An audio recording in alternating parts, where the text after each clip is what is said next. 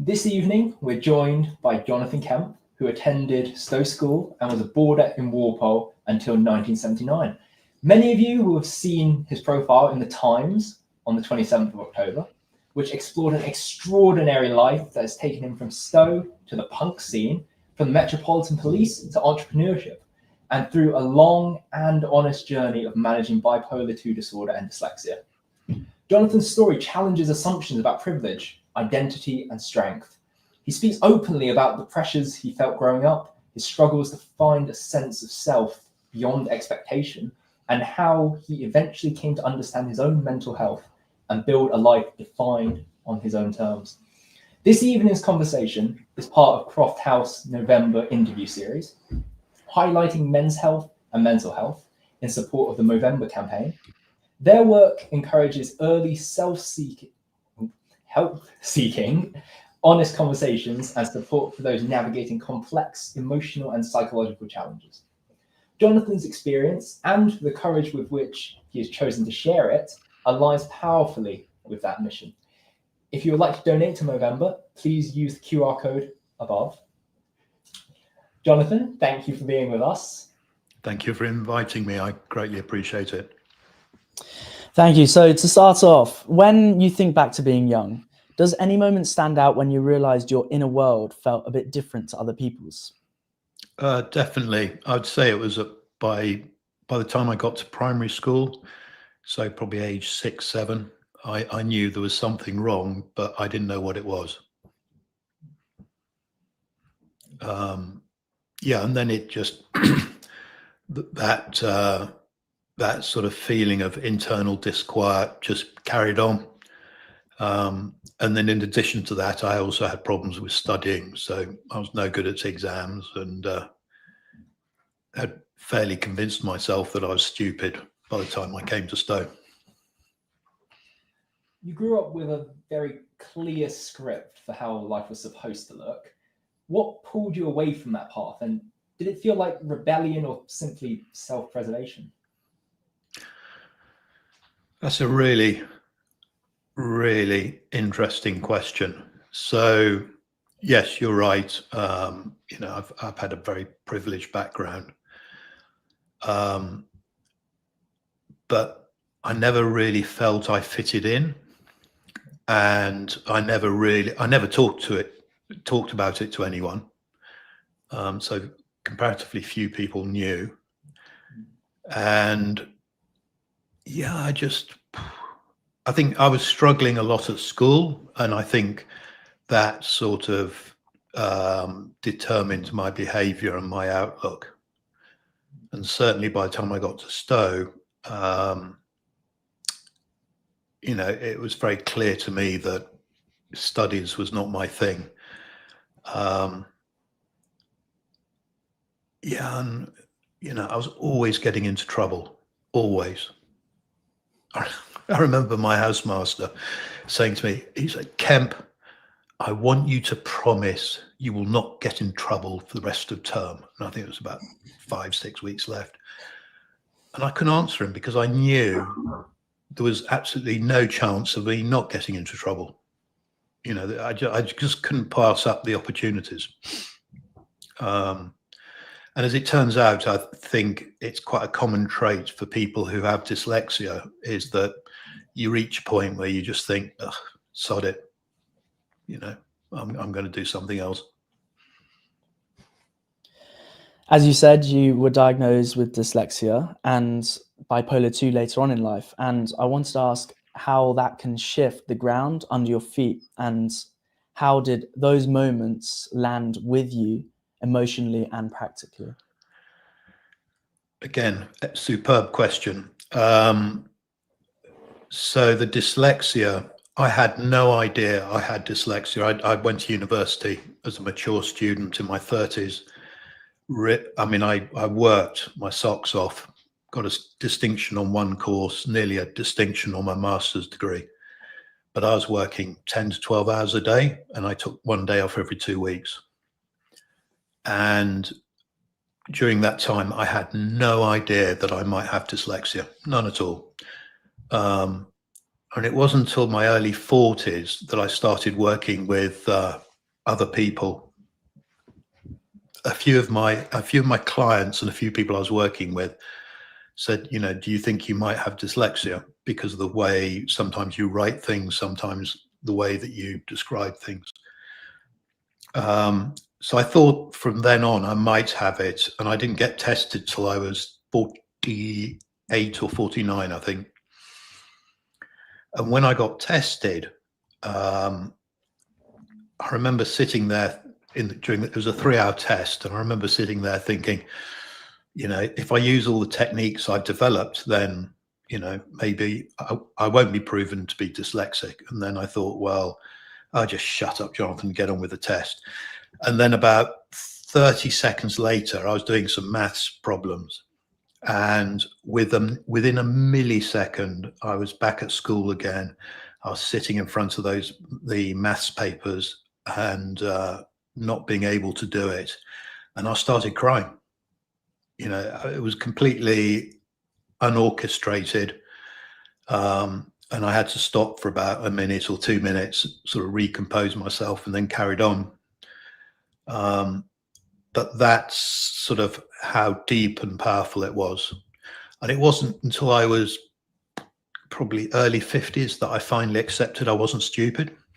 I just accepted I'm not particularly better than anybody else. Equally, I'm not particularly worse than anybody else. You know, I'm just me. I will give things my best shot. So that was the dyslexia diagnosis. Did it change things? It helped. Didn't necessarily change things, but it helped to put things into a better perspective. So things like, you know, spending double time to everybody else studying to get the same result or slightly better is very typical for people with dyslexia, because we have to put in that extra time and effort to process the information. With bipolar, I actually got diagnosed. So I was diagnosed with depression when I was about 39. And then about 2 years later, I was having a really rough time. And I actually booked myself into a psychiatric unit in the US, which had good reputation for helping people with mental health. So I took out a bank loan and off I went. And it was there on the first day, actually, they diagnosed me with bipolar. I'd never heard of it. They gave me a VHS video, told me to go and have a look. And it sort of didn't make sense. I couldn't really get my head around what it was. And so how did that shift things? I think it helped to clarify some of the problems that I've been having. And also when I started taking medication for the bipolar, I was able to better manage the mood swings for the first time ever. Before I had, you know, at some point, I'd either go high or I'd crash, and I had no control over it. And so, yeah, I'd say the big change was the ability to control. Not always, but much more than I ever had been. And then the other big change was, and again, this is looking back with hindsight, when I was at Stowe, you know, my brain was just filled with this sort of constant noise and constant interference and sort of constant negative thinking. And after taking the medication for the bipolar, I noticed a sort of year or so later, a lot of that had just gone, just wasn't there anymore, which was fantastic. Yeah. You mentioned struggling in school. Did you ever feel that you had the support, or at least some support, before obviously getting diagnosed? When I was at school, I don't think I'd ever heard of the word dyslexia.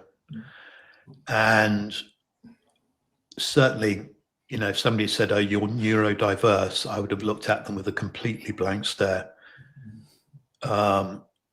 So a lot of the knowledge about neurodiversity and dyslexia, although it was around when I was at school, it wasn't everyday sort of knowledge, not like it is now. So when I was at school, did I get any help? I mean, I was lucky. I had a very good housemaster called Michael Kirk, who was very kind to me, and I'm sure. And then I had another one, Chris Atkinson. And I'm sure if I had had any other housemaster, I'd have probably been expelled, because at that stage, you know, I was sort of 16. I cut all my hair off. You know, I wore punk badges. I had Sex Pistol posters in my study, and was going to punk concerts actually at the weekend. And I'm sure any other housemaster, if they'd had even a sniff of what I was up to, you know, that would have been the end of it. So was I supported? I think there wasn't the environment back then to give any, but I was kindly tolerated. So that was the support I got. And you've obviously moved between worlds that rarely sit in the same sentence, from punk subculture to policing to business. What were you searching for? It's a good question, because I left Stowe and I had no idea what to do, actually, absolute zero idea. And so what was I searching for? For a long time, actually, what I was searching for was two things, and it was actually not really career related, although there is an intertwining between the two. So one of the things was I wanted to prove I wasn't stupid, because that was so deeply ingrained in my brain. So that was number one. And then the second one, I wanted to have peace of mind. I wanted to gain peace of mind. And those were the two things that were driving me. But in addition to the things you mentioned, I was a cowboy in Australia for a year, which was amazing. I trained as a bricklayer. And I must admit, recently I've had a real hankering to go back to bricklaying.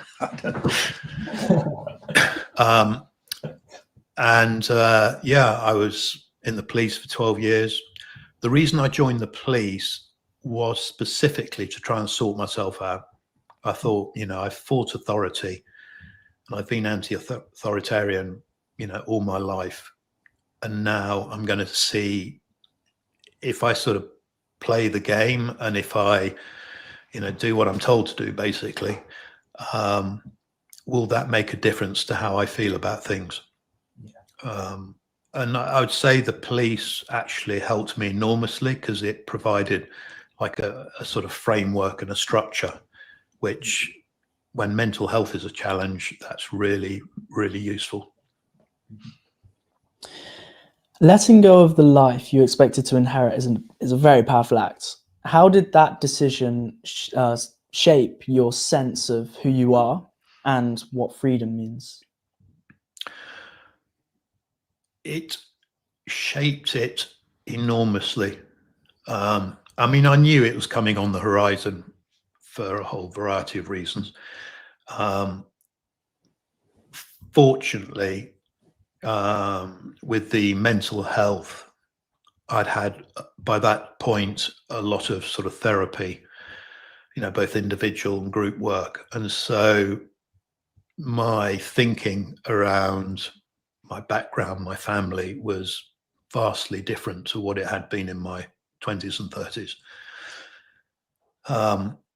It was still quite a blow, but eventually I sort of saw it that my inheritance was my disinheritance.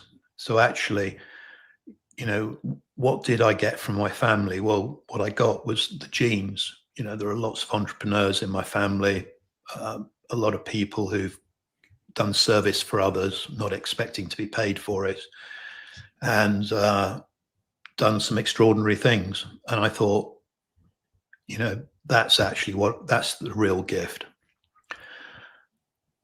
So that was a big turnaround.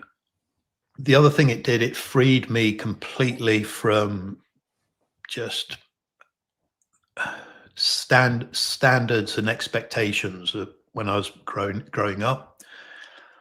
And it also freed me to live in London, where I live now. And it also freed me, it was a bit of a long journey, but it also freed me to sort of reach a point where I thought, well, actually, I can decide what my own version of wealth is. You know, it doesn't have to be money, it doesn't have to be success.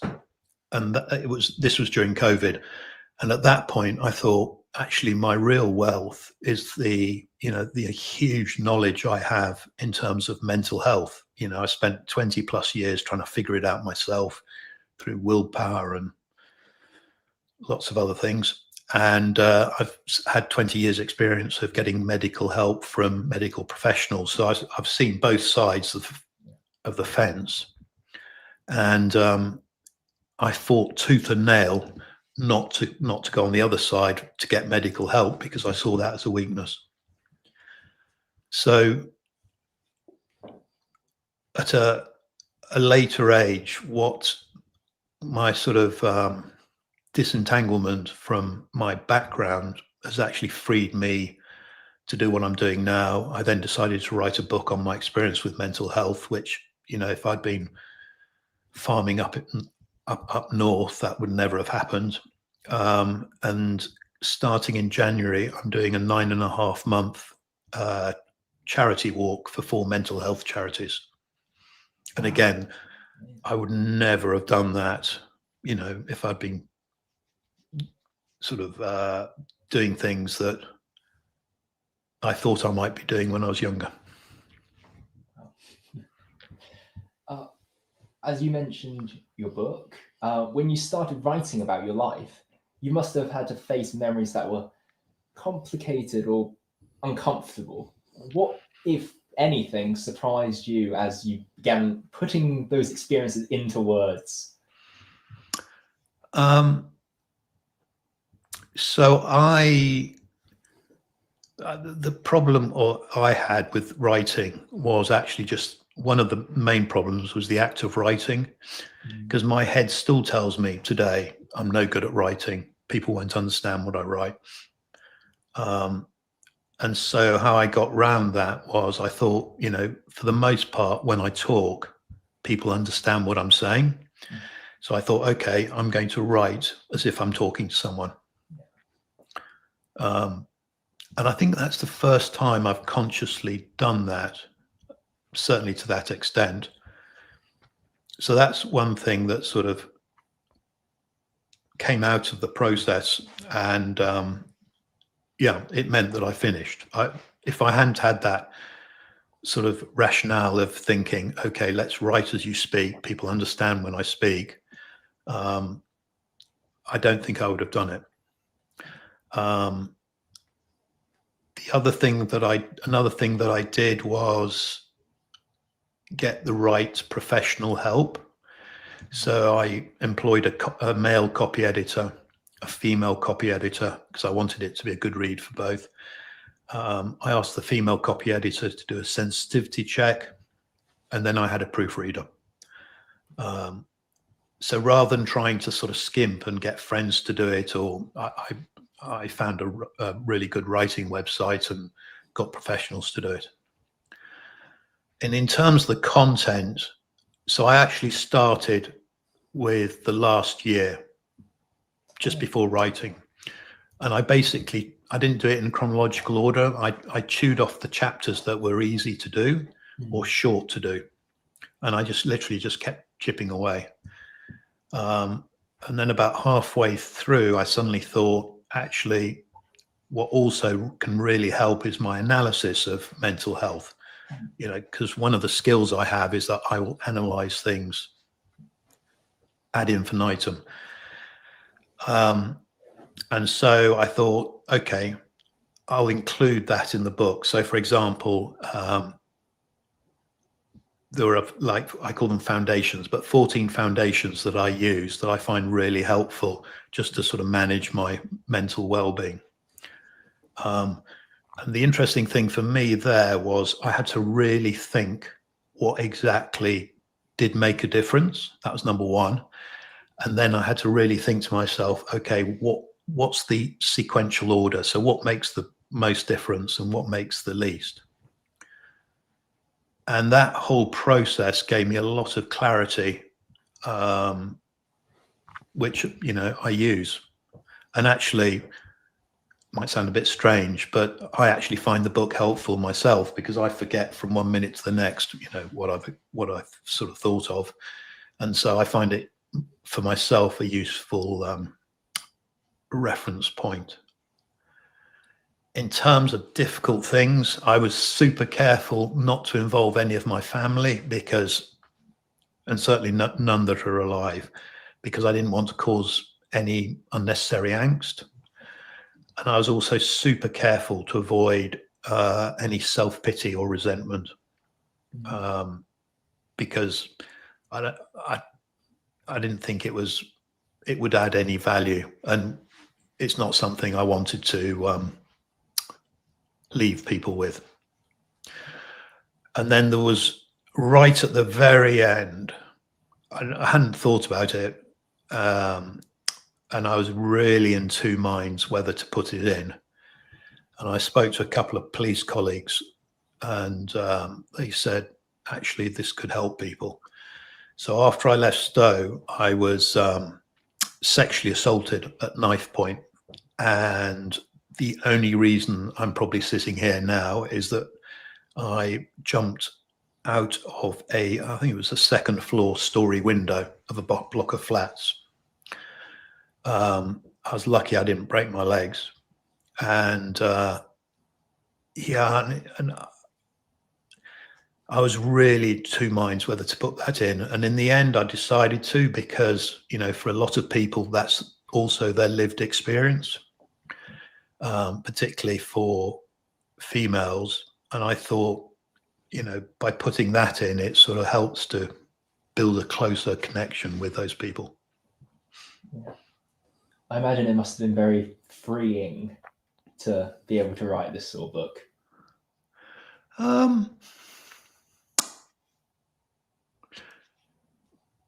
Not specifically.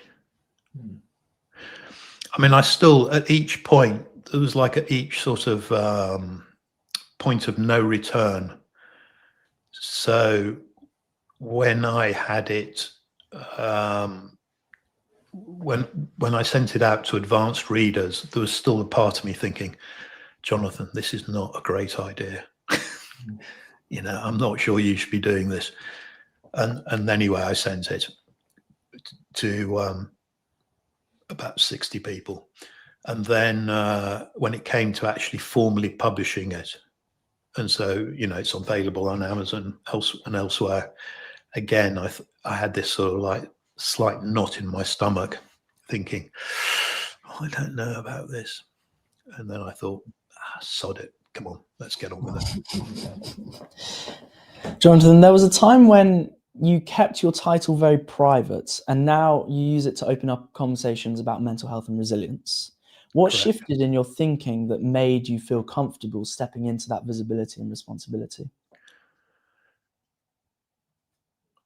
I never talked about it at all until maybe 6 years ago, 7 years ago, relatively recently.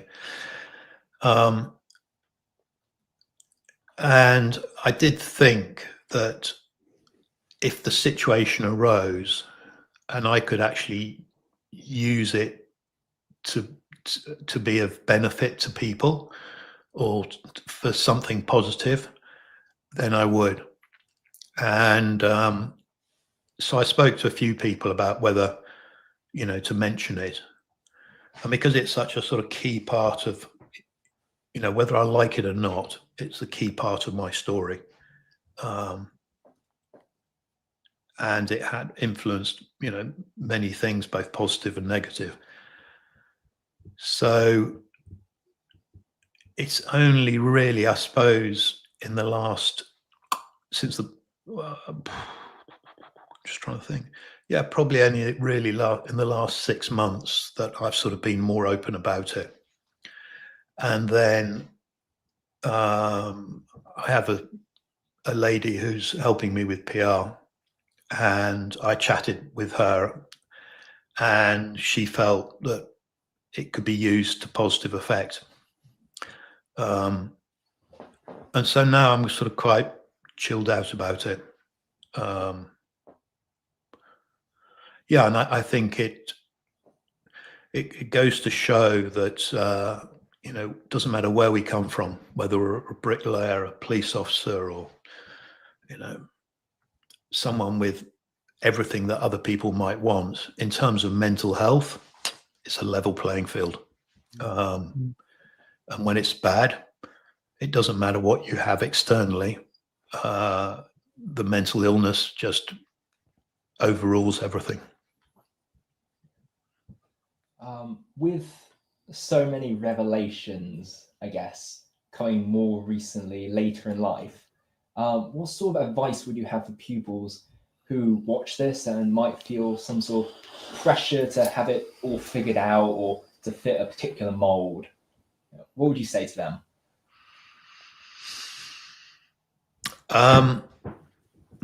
Well, the thought that popped into my mind was chill out,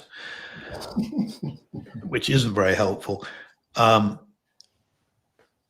enough, I met an ex-police colleague today who he left after 5 years and did various different things. And my experience has been pretty similar to his. And he said it wasn't until he was in his late 40s that he finally decided what he wanted to do. And I would say that's pretty much my experience. It was sort of my early 50s that I thought, okay. And it wasn't, it was more, I've been doing what I've been doing for so long that if there was anything that could be made of it, then I was in the strongest position to do it. So it was early 50s that I sort of finally decided. And now in my 60s, you know, I'm doing something completely new. I've written this book. I'm going to do this 9.5-month charity walk, which I must admit, I do wake up in the morning thinking, you are mad, bonkers. But what I would say to young folk is it's a journey. You don't have to get it all right. So I use like little bits of things that I've learned all the way through to do what I'm doing now. And some of the things where I've failed have then helped me do things better the next time round. And there's a Buddhist saying, which I heard it in my 40s, and it really made sense. And it takes all the pressure off. And that is, it was the purpose of life is to find the purpose of life. Wow. So, the reason I found that so powerful, because that meant I didn't have to have it figured out. And it meant, you know, I could just take it one step at a time, just do what was in front of me, do it to the best of my ability. Yeah, I mean, I wouldn't have thought, I sort of vaguely thought about writing a book before, but doing a 9-month charity walk, not on my radar until about 4 months ago, 5 months ago.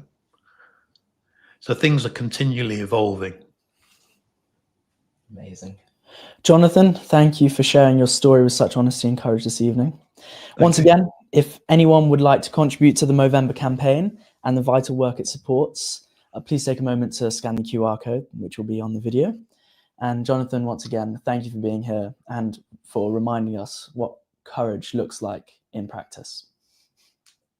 Thank you very much for having me. Thank you.